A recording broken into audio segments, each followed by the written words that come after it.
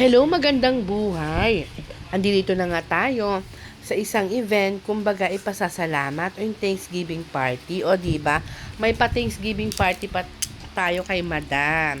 At ito na nga, nandito tayo sa isang private karaoke bar. Ayan, kumbaga private talaga. Talagang kami lang talaga. O di ba? Ang ating mga staff, ang ating mga mababait, nakatulong sa hanap buhay.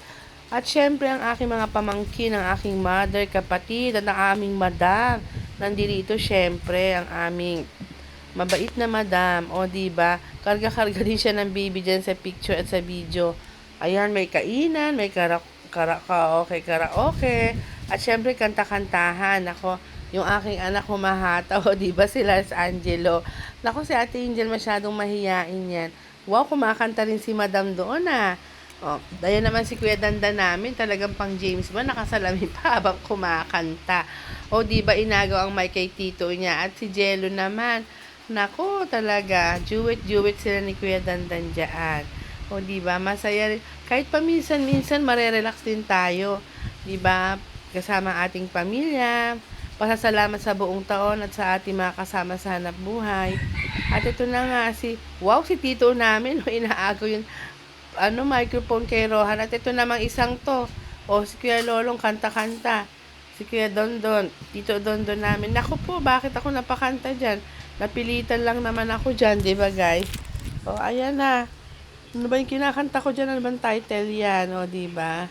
Naku, pasensya na kayo na late upload talaga itong kwento natin ng 2025. Hindi bali January pa lang naman. O di ba? Ayan ang mga palaro, di ba? Yung tinatawag na newspaper dance. Ayan, o di ba? Nakakatuwa din eh, no? Yan, o di ba? Bakit andiyan ka naman? O, di ba? Siguro, okay, MC siya. Ito na naman, ayan na naman. Ano ba to? Naku, walang katapusan naman. Gusto ko yung pahabaan, yung palaro na pahabaan, o di ba? Nako, titingnan natin baka yan ay susunod. O ayan na nga. Ito na nga yung napaka sayang pahabaan ng gamit. Kung sinong mananalo pahabaan sila basta kung sinong mauna magpahaba ng kanilang mga daladala sa sahig. Ayan, ilalagay naman nila yan dyan. O, eto pa, ano naman to? Bato-bato pick. Bato-bato pick ba yan? O, diba? Ang saya-saya naman ng ating Thanksgiving party dito. Kahit papano nairaos natin. O, diba? Ano naman ito? Ayan. Ano yan? Hanapan ng ano ba yung toss coin? Ito yung naging palaro ko na pag yung dice ay naging 100 sa'yo. Pag 500 sa'yo. Naku po, Inday. Alam nyo ba guys, kung nakailang 500 ako dyan, 5. O, diba? Diyos ko Lord, nabigla ata ako dyan. Pero sige lang, okay lang. Times 3 blessing, times 4 naman yan. O, diba? O, ayan. Naku po, ayan na. Naku, ayan na. Dumukot na sa bulsa si Madam. O, ayan na. Naku po, nagdarasal kung magkukulang ba yung pera ibibigay niya sa winner, o di ba? Nagbigayan na ng tigpa 500 diyan, o di ba, sa 5 winners natin ng dice. O eto na naman, isang palaro na naman ito siguro.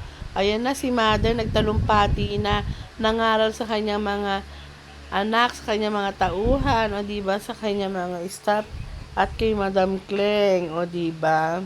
Tama nga naman yun, minsan naman mag-share tayo ng ating mga saloobin, mga ngaral para alam natin yung ating mga mali or tama, o di ba magsusorry tayo. Maganda naman yun sa kailuluwag na ating mga damdamin, di ba? Para lang sa ganun okay na tayo. Ganon. Ay nako. Grabe talaga naman. O, ayan, si Kuya Enteng natin, ang pinakamatagal natin. Kaya salamat sa inyong panonood. Salamat at magandang buhay!